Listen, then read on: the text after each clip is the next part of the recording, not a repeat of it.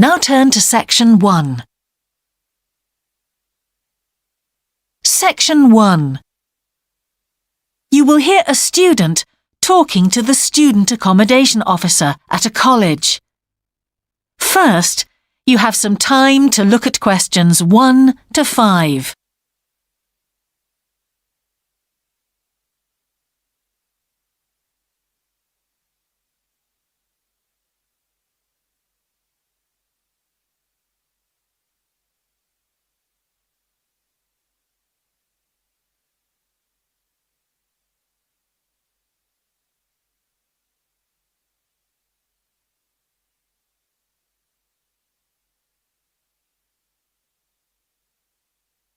You will see that there is an example that has been done for you. On this occasion only, the conversation relating to this will be played first. Good morning. Can I help you? Yes, I've just been accepted on a course at the university and I'd like to try and arrange accommodation in a hall of residence. Yes, certainly. Please sit down. What I'll do is fill in a form with you to find out a little more about your preferences and so forth. Thank you. The student wishes to arrange accommodation in a hall of residence, so hall has been written in the space. Now we shall begin. You should answer the questions as you listen, because you will not hear the recording a second time. Listen carefully and answer questions 1 to 5. Good morning. Can I help you? Yes, I've just been accepted on a course at the university and I'd like to try and arrange accommodation in a hall of residence. Yes, certainly. Please sit down.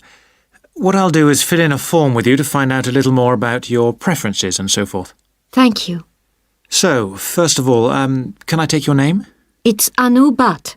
Could you spell your name, please? Yes, ANUBHATT. Thanks. And could I ask your date of birth? The 31st of March, 1972. Thank you. And where are you from? India. Oh, right. And what will you be studying? I'm doing a course in nursing. Right, thank you. And how long would you want to stay in hall, do you think? Well, it'll take 3 years, but I'd only like to stay in hall for 2. I'd like to think about living outside for the 3rd year. Fine. And what did you have in mind for catering? Do you want to cook for yourself or have all your meals provided? That's full board. Is there something in between? Yes, you can just have evening meal provided, which is half board. That's what I'd prefer. Yes, a lot of students opt for that. Now, with that in mind, do you have any special diet, anything we should know about?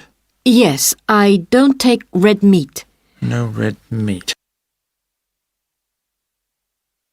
Before you hear the rest of the conversation, you have some time to look at questions 6 to 10.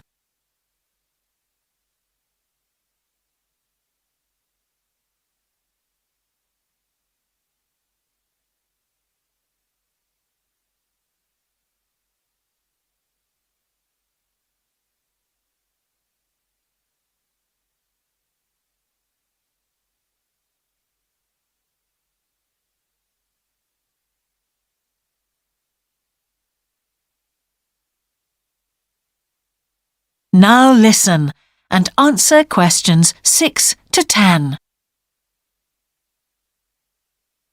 Now, thinking about the room itself, we have a number of options. You can have a single study bedroom or you can have a shared one. These are both what we call simple rooms. The other alternative is to opt for a single bedsit, which actually has more space and better facilities. There's about £20 a week difference between them. Well, actually my grant is quite generous and I think the bedsit sounds the best option. Lovely. I'll put you down for that and we'll see what availability is like. Now, can I ask some other personal details which we like to have on record? Yes, of course. I wonder if you could let us know what your interests are. This might help us get a closer match for placing you in a particular hall. Well, I love the theatre. Right. And I enjoy sports, particularly badminton. Ah, that's worth knowing. Now, what we finish with on the form is really a list from you of what your priorities are in choosing a hall, and we'll do our best to take these into account. Well, the first thing is I'd prefer a hall where there are other mature students, if possible. Yes, we do have halls which tend to cater for slightly older students.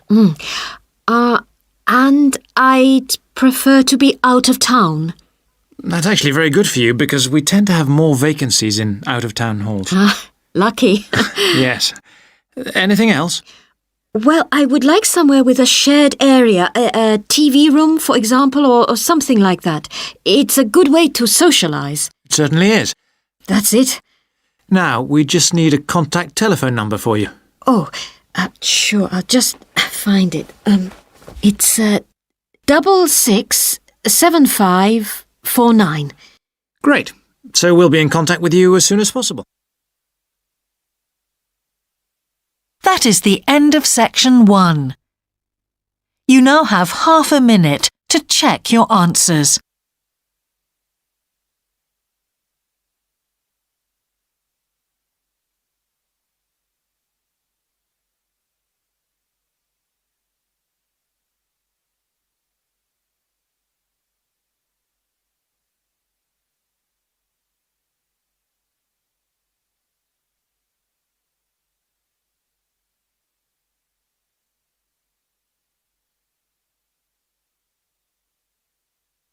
Now turn to section 2.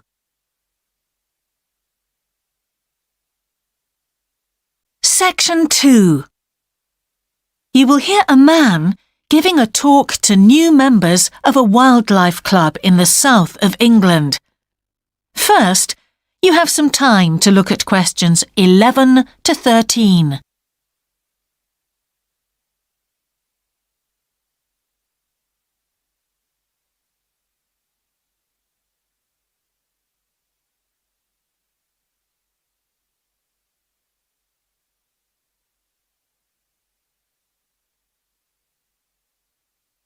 Now listen carefully and answer questions 11 to 13. Hello, I'm delighted to welcome you to our wildlife club and very pleased that you're interested in the countryside and the plants and creatures of this area. I think you'll be surprised at the variety we have here, even though we're not far from London. I'll start by telling you about some of the parks and open spaces nearby. One very pleasant place is Halland Common. This has been public land for hundreds of years, and what you'll find interesting is that the River Ouse, which flows into the sea 80 kilometres away, has its source in the common. There's an information board about the plants and animals you can see here, and, by the way, the common is accessible 24 hours a day. Then there's Holt Island, which is noted for its great range of trees. In the past, willows were grown here commercially for basket making, and this ancient craft has recently been reintroduced. The island is only open to the public from Friday to Sunday because it's quite small, and if there were people around every day, much of the wildlife would keep away. From there, it's just a short walk across the bridge to Longfield Country Park. Longfield has a modern replica of a farm from over 2,000 years ago. Children's activities are often arranged there, like bread making and face painting. The park is only open during daylight hours, so bear that in mind if you decide to go there. Before you hear the rest of the talk, you have some time to look at questions 14 to 20.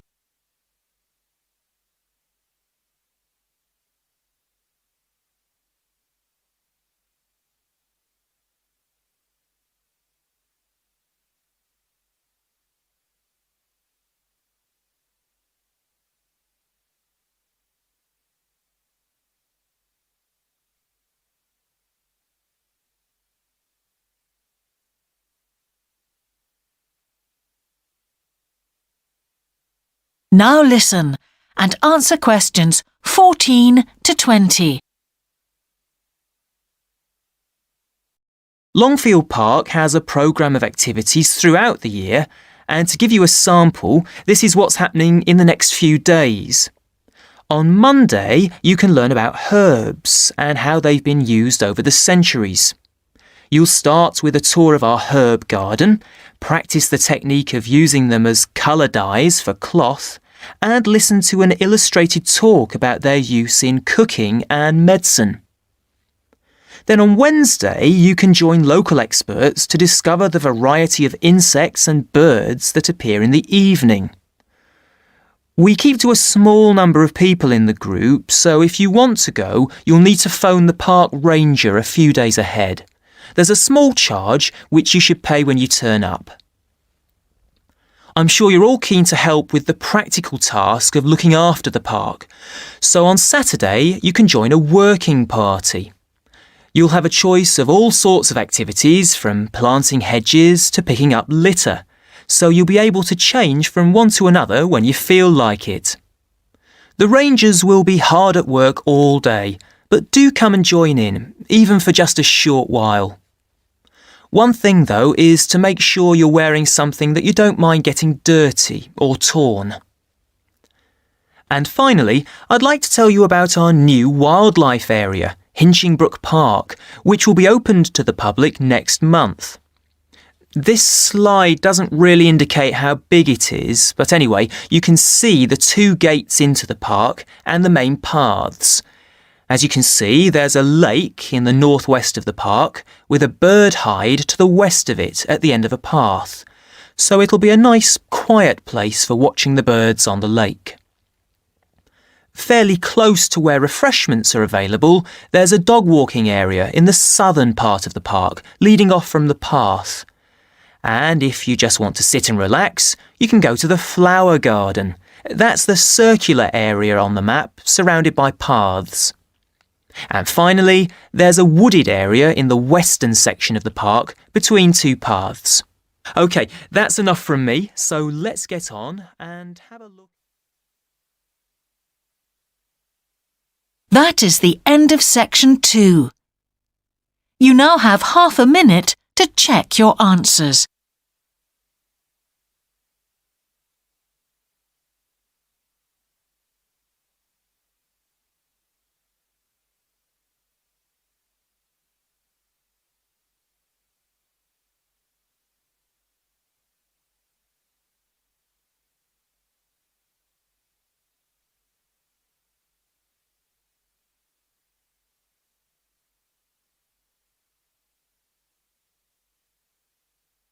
Now turn to section 3.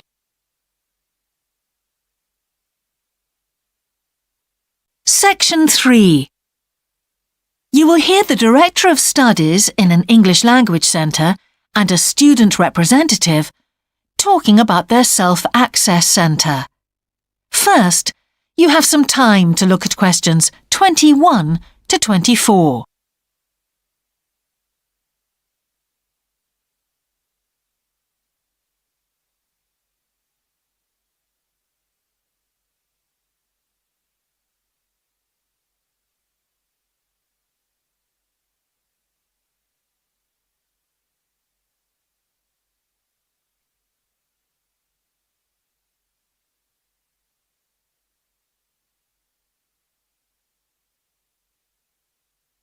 Now listen carefully and answer questions 21 to 24. Hi, Yun. As you know, I've asked you here today to discuss the future of our Self-Access Centre. We have to decide what we want to do about this very important resource for our English language students. So, can you tell me what the students think about this? Well, from the students' point of view, we would like to keep it. The majority of students say that they enjoy using it because it provides a variation on the classroom routine, and they see it as a pretty major component of their course. But we would like to see some improvements to the equipment, particularly the computers. There aren't enough for one each at the moment, and we always have to share. Well, yes, the teachers agree that it is a very valuable resource. But one thing we have noticed is that a lot of the students are using it to check their personal emails. We don't want to stop you students using it, but we think the computers should be used as a learning resource, not for emails. Some of us also think that we could benefit a lot more by relocating the Self-Access Centre to the main university library building. How do you think the students would feel about that, Yun? Well, the library is big enough to incorporate the Self-Access Centre, but it wouldn't be like a class activity anymore. Our main worry would be not being able to go to a teacher for advice. I'm sure there would be plenty of things to do, but we really need teachers to help us choose the best activities. Well, there would still be a teacher present and he or she would guide the activities of the students. We wouldn't just leave them to get on with it. Yes, but I think the students would be much happier keeping the existing setup. They really like going to the Self-Access Centre with their teacher and staying together as a group to do activities. If we could just improve the resources and facilities, I think it would be fine.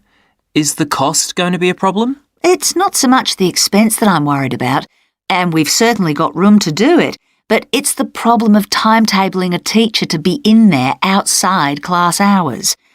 If we're going to spend a lot of money on equipment and resources, we really need to make sure that everything is looked after properly. Anyway, let's make some notes to see just what needs doing to improve the centre. Before you hear the rest of the conversation, you have some time to look at questions 25 to 30.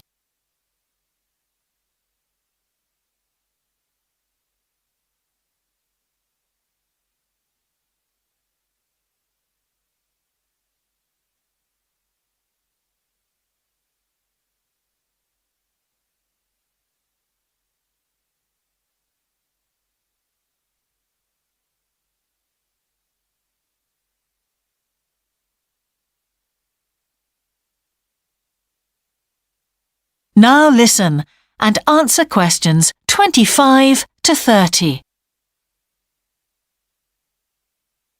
Now, what about the computers?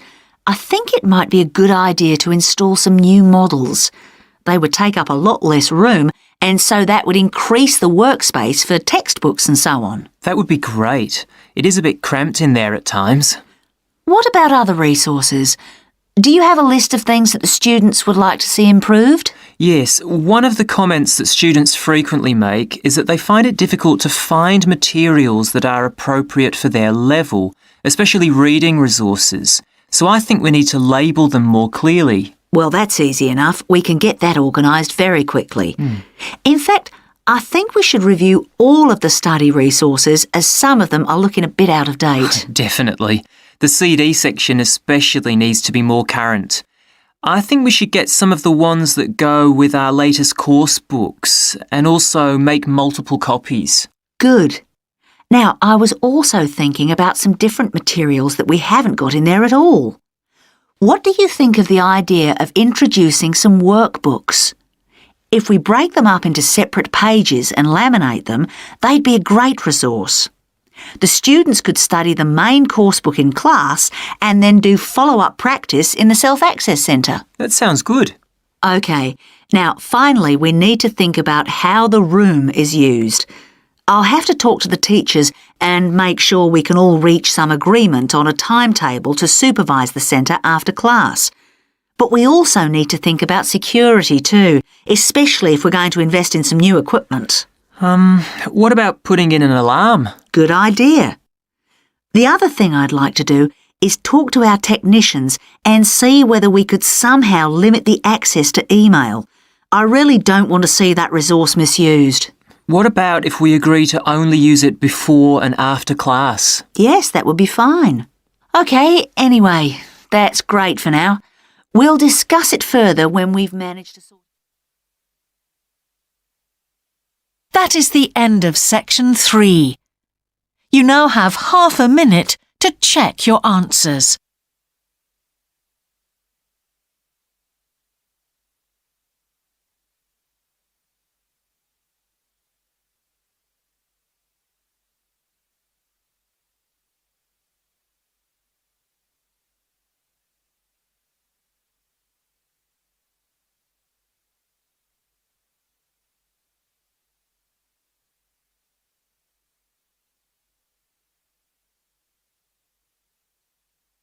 Now turn to Section 4.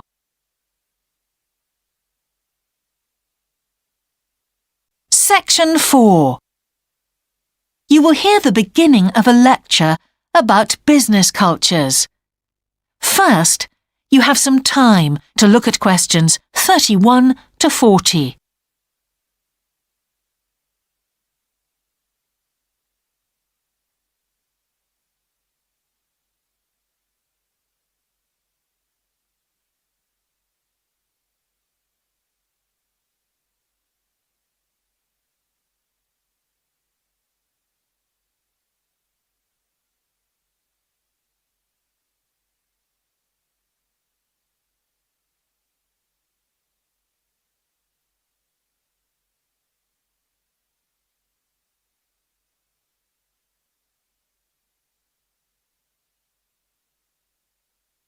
Now listen carefully and answer questions 31 to 40. Good morning, everyone. Now, whether you're going to university to study business or some other subject, many of you will eventually end up working for a company of some kind. Now, when you first start working somewhere, you will realize that the organization you've joined has certain characteristics. And we often refer to these social characteristics as the culture of the organization. This includes its unwritten ideas, beliefs, values, and things like that. One well-known writer has classified company cultures by identifying 4 major types. The first type is called the power culture, and it's usually found in small organizations. It's the type of culture that needs a central source of power to be effective. And because control is in the hands of just 1 or 2 people, there aren't many rules or procedures. Another characteristic is that communication usually takes the form of conversations rather than, say, formal meetings or written memos. Now, one of the benefits of this culture is that the organization has the ability to act quickly. So it responds well to threat or danger on the one hand, and opportunity on the other. But on the negative side, this type of organization doesn't always act effectively, because it depends too much on 1 or 2 people at the top. And when these people make poor decisions, there's no one else who can influence them. And the kind of person who does well in this type of business culture is one who is happy to take risks, and for whom job security is a low priority. The next type is known as role culture. That's R-O-L-E, not R-O-L-L, by the way. And this type is usually found in large companies, which have lots of different levels in them. These organizations usually have separate departments that specialize in things like finance or sales or maintenance or whatever. Each one is coordinated at the top by a small group of senior managers, and typically everyone's job is controlled by sets of rules and procedures. For example, there are specific job descriptions, rules for discipline, and so on. What are the benefits of this kind of culture? Well, firstly, because it's found in large organizations, its fixed costs, or overheads as they're known, are low in relation to its output or what it produces. In other words, it can achieve economies of scale. And secondly, it is particularly successful in business markets where technical expertise is important. On the other hand, this culture is often very slow to recognize the need for change, and even slower to react. What kind of person does this type of culture suit? Well, it suits employees who value security and who don't particularly want to have responsibility.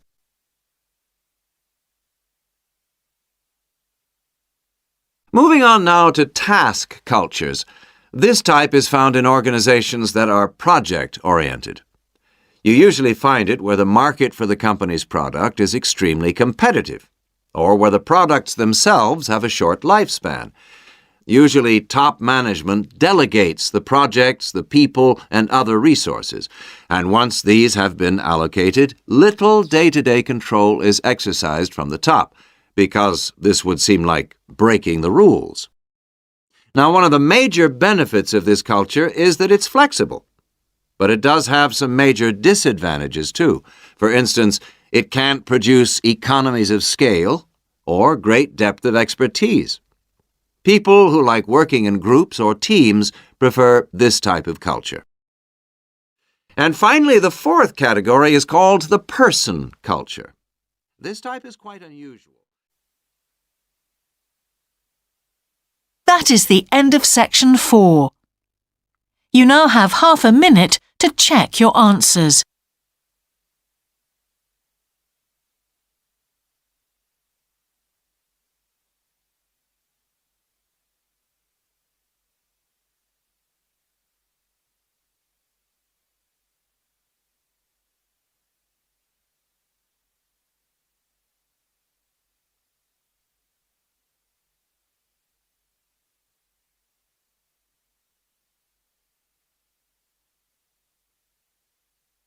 That is the end of the listening test.